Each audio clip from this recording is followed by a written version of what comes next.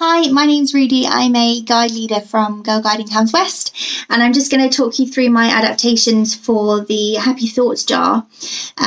This skills builder requires glitter and PVA glue, and they're not normally things that people have in their houses readily to go. So we're using a bit of a change up of things that they're more likely to have in their house. So the first thing that they are asked to do is to have a think of 3 things that make them feel happy. So in a virtual guiding environment, you could have a discussion online. If you're using a video tool, you could have a discussion amongst each other. Or if you're sending activities home, they can have a discussion with people in their family and think of the 3 things that they make them feel happy. So then they stick them on the top of their jar. They can write them on a piece of paper and stick it to the top of the jar, ready as their happy thoughts for whenever they look at the jar. The next bit they've got to do is to make their happy thoughts jar. So I'm doing this with vegetable oil and water and some food colouring because they're things that I had in the house already, and a jar. So they need to decorate their jar. If they have Sharpies, they can do that and they stick once they're dry, or they could decorate on paper and sellotape it onto the outside of their jar. I've just used some stickers. I'm sure they've probably got stickers around the house, so decorate it as long as you can still see into the jar. Decorate it as much as you can, or you like. So then you fill the jar up with water about 1/3 of the way,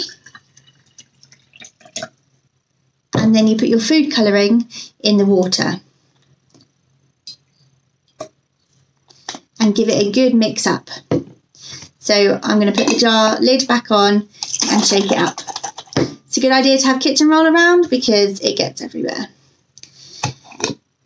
Once you've mixed all the food colouring in, you then need to pour the oil in. So if you pour in pretty much the rest of the jar and then put the lid on. There you can see it's all separating in a bit of a glistening jar. The other options are, if you don't have food colouring, you can just use the oil and water and it still has a very good effect. So I'm just going to add this food colouring to this one, and you can see as it drops through the jar,